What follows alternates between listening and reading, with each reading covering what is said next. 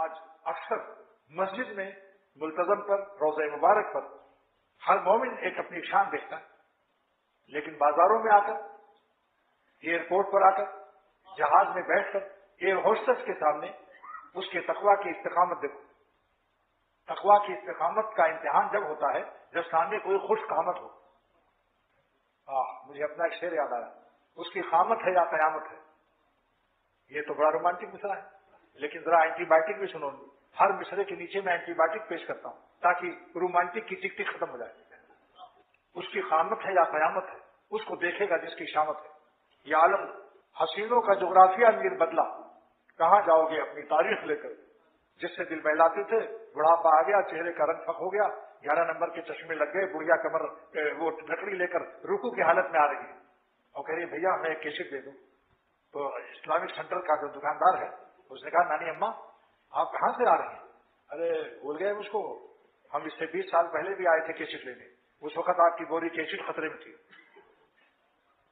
حسینوں کا جغرافیہ میل بدلا، کہاں جاؤ گے اپنی تاریخ لے کر؟ یہ عالم نہ ہوگا تو پھر کیا کرو گے؟ زحل مشتری زہرا مریخ لے کر۔ دیکھا آپ نے، لوگ کہتے ہیں ملا کیا جانے، ملا دیکھ لو آسمان کی باتیں کر رہا ہے، یہ سب سیارات ہیں۔ اور ہماری دنیا کو اللہ نے ایک چاند دیا ہے، مشتری زحل وغیرہ کو کسی کو 4 کسی کو 6، اور عطارد کو سیارہ کو سورج سے قریب ہے، سب سے زیادہ قریب تر عطارد ہے، عین طا الف را عطارد، اس میں ایک چاند بھی نہیں رکھا اللہ نے۔ فلکیات کے ماہرین کہتے ہیں کیونکہ سب سے زیادہ قریب ہے 24 گھنٹہ روشن رہتا ہے، قرب آفتاب کی وجہ سے اللہ نے ان کو ایک چاند بھی نہیں دیا، تو معلوم ہوا جو سورج کے ہم نشین ہیں انہیں چاندوں کی ضرورت نہیں ہوتی۔ جو صاحب نسبت ہوتا ہے، جو مولا پا جاتا ہے، وہ لیلاؤں کے چکر سے نجات پا جاتا ہے، کیونکہ لیلا کو نمک کی بھیک ملتی ہے اور مولا لیلاؤں کو نمک کی بھیک دینے والا ہے۔ تو جب نمک کا بھیک دینے والا دل میں آتا ہے تو ساری لیلاؤں سے بے نیاز کر دیتا ہے۔ اس لیے کہ تمام لیلاؤں کا نمک اور حسن صرف ان کی کھال تک ہے۔ Beauty is only, beauty is only skin deep. کیا ترجمہ ہے اس کا؟